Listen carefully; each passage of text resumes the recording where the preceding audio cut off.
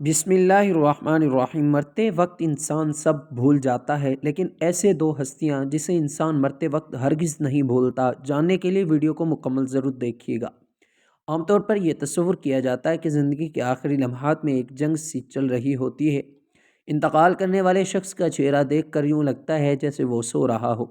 چہرے پر بہت عام تاثرات ہوتے ہیں۔ ایسا لگتا ہے کہ موت کا عمل آخری سانس لینے سے ایک ہفتہ قبل شروع ہو جاتا ہے۔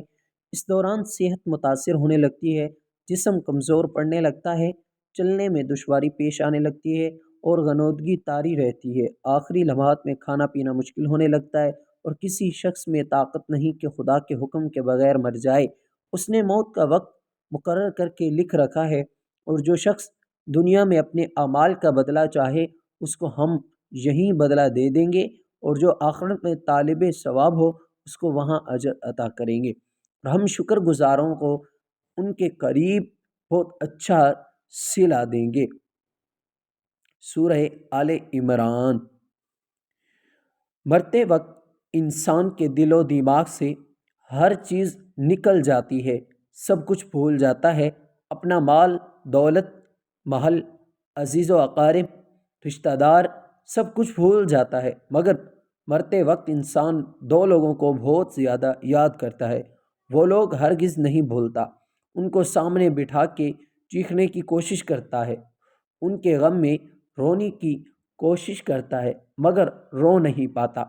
حضرت مولانا جلال الدین رومی رحمہ اللہ علیہ فرماتے ہیں، میرے محلے میں ایک شخص زندگی موت کی جنگ لڑ رہا تھا، مرنے والا تھا، موت کے بالکل قریب تھا۔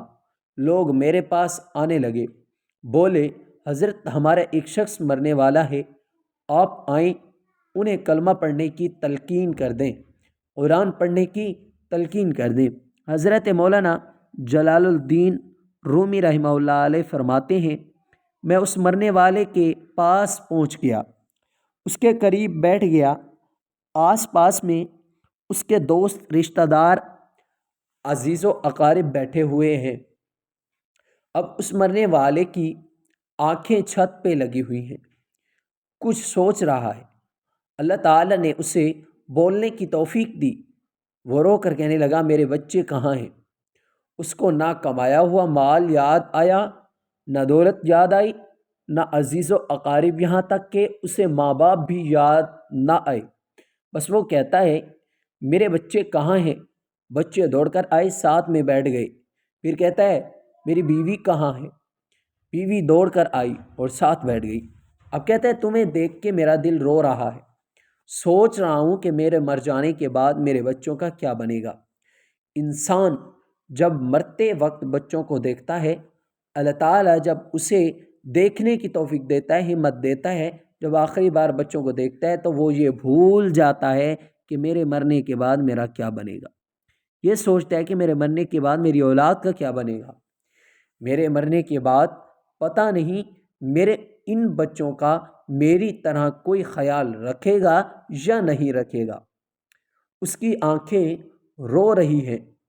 بیوی کو نصیحت کرنے لگا، میں تو دنیا چھوڑ کے جا رہا ہوں، مجھ پر ایک احسان کیجیے گا کہ میرے ان بچوں کو قرآن مجید کی تعلیم لازمی دیجیے گا۔ ان کے منہ سے نکلا، اللہ کا نام میری قبر کو روشن کر دے گا، مجھے جہنم کی آگ سے، اللہ کے عذاب سے دور کر دے گا۔ ان کو دین کی تعلیم دینا۔ ایک واقعہ ملاحظہ فرمائیں کہ حضرت سیدنا موسیٰ علیہ السلام کا ایک قبرستان سے گزر ہوا۔ آپ علیہ السلام نے دیکھا قبرستان کی ایک قبر کے اندر مردے کو دردناک عذاب دیا جا رہا ہے۔ مردہ عذاب میں مبتلا ہے، اس کی قبر جہنم کے گڑھوں میں سے گڑھا بنی ہوئی ہے۔ مردہ عذاب میں مبتلا ہے، چیخ و پکار کر رہا ہے۔ حضرت سیدنا موسیٰ علیہ السلام آگے چلے گئے۔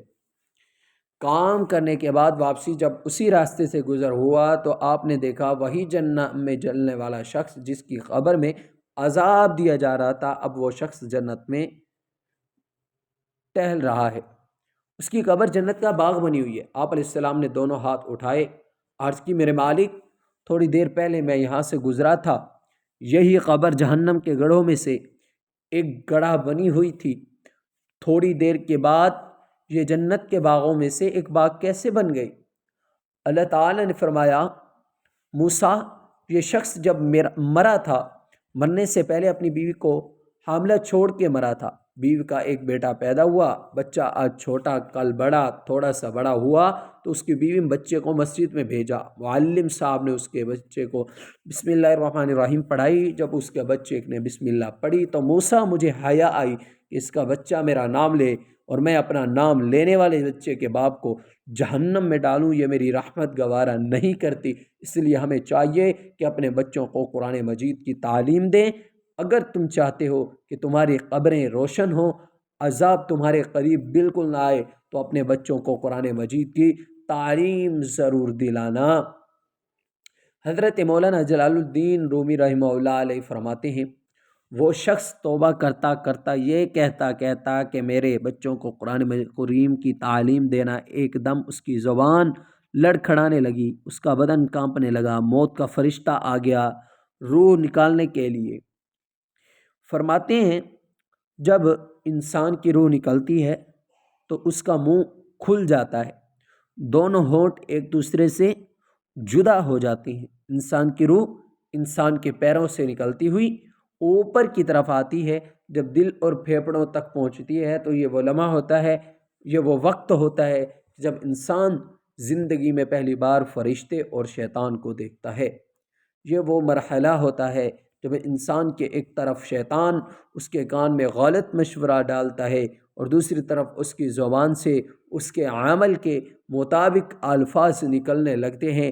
اگر انسان نیک ہوتا ہے، نمازی ہوتا ہے، عبادت گزار ہوتا ہے تو پھر اس کا دماغ اس کی زبان کو کلمہ پڑھنے کی تلقین کرتا ہے، درود پڑھنے کی تلقین کرتا ہے، اور اگر انسان نیک نہیں ہوتا تو پھر اس کا جو دماغ ہوتا ہے وہ عجیب سی ہیبت کا شکار ہو جاتا ہے اور انسان شیطان کے مشورے کو قبول کر بیٹھتا ہے۔ جب انسان شیطان کے مشورے کا قبول کر بیٹھتا ہے پھر کوشش کرتا ہے کلمہ پڑھنے کی، لیکن نہیں پڑھا جاتا، نہیں پڑھ پاتا۔ ناظرین، آج ہماری آنکھیں کھلی ہیں، آج ہماری سانسیں چل رہی ہیں، اس سے پہلے کہ یہ وقت گزر جائے، یہ زندگی کے لمحات گزر جائیں اور آپ کے لیے غنیمت آخرت کے لیے کچھ اکٹھا کر لو، مرنے سے پہلے قبر کی روشنی بنا لو، معلوم نہیں پھر فرصت ملے نہ ملے، معلوم نہیں پھر یہ زندگی کے لمحے ملے نہ ملے۔ اللہ پاک ہم سب کو عمل کی توفیق عطا فرمائے اور ہمارا خاتمہ ایمان پر فرمائے، آمین ثم آمین۔ ناظرین، کمنٹ باکس میں اللہ تعالیٰ کے 99 ناموں میں سے کوئی ایک نام ضرور ٹائپ کریں، شکریہ۔